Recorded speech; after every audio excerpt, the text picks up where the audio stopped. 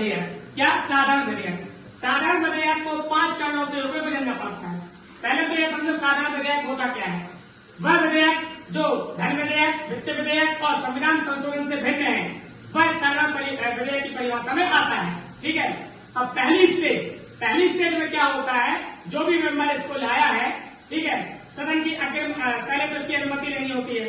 अनुमति मिल जाए तो आपको इसका टाइटल और उद्देश्य बताने होते हैं सदन के लिए। तो जब आपने ये बता दिए तो फिर इसके लिए आपको अनुमति मिलने के बाद ये कहा जाएगा, राजपत्र में जाएगा। कहा जाएगा?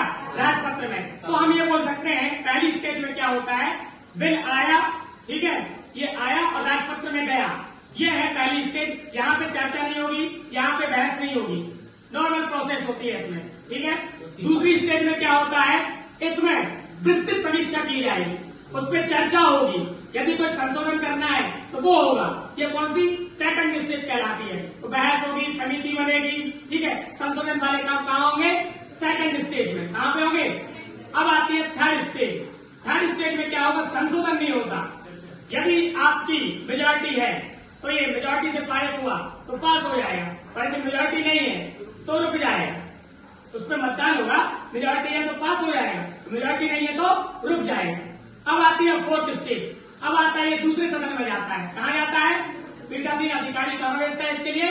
दूसरे सदन में। दूसरे सदन के पास 4 विकल्प होते हैं, या तो वह संशोधन के साथ पारित कर दे, बिना संशोधन के पारित कर दे, जिस सदन से आया है उस सदन के पास वापस कर दे, या अस्वीकार कर दे।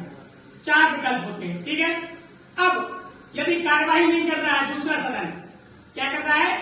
कार्रवाई नहीं कर रहा है, तो राष्ट्रपति के दोनों सदनों में जब गतिरोध उत्पन्न हो गया है तो राष्ट्रपति क्या बुलाएगा? संयुक्त अधिवेशन। क्या बुलाएगा?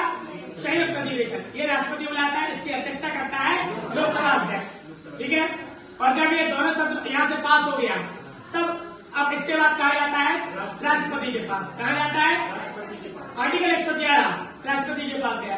अब राष्ट्रपति के पास 3 विकल्प है, या तो वह साधारण विधेयक के मामले में वीटो पावर प्रयोग कर ले, या दोनों सदनों के पास वापस के लिए भेज दे, या स्वीकृति दे दे। अब क्या होता है, जब राष्ट्रपति ने दोनों सदनों के पास वापस भेजा और दोनों सदन या तो संशोधन करके या बिना संशोधन के भेजे, तो राष्ट्रपति फिर दूसरी बार बाध्यकारी होता है, और जब राष्ट्रपति ने साइन कर दिए तो वह बिल होता है, एक्ट बन जाता है। तो साधारण विधेयक 5 स्टेज से हो जाता है। ठीक है। Thank you.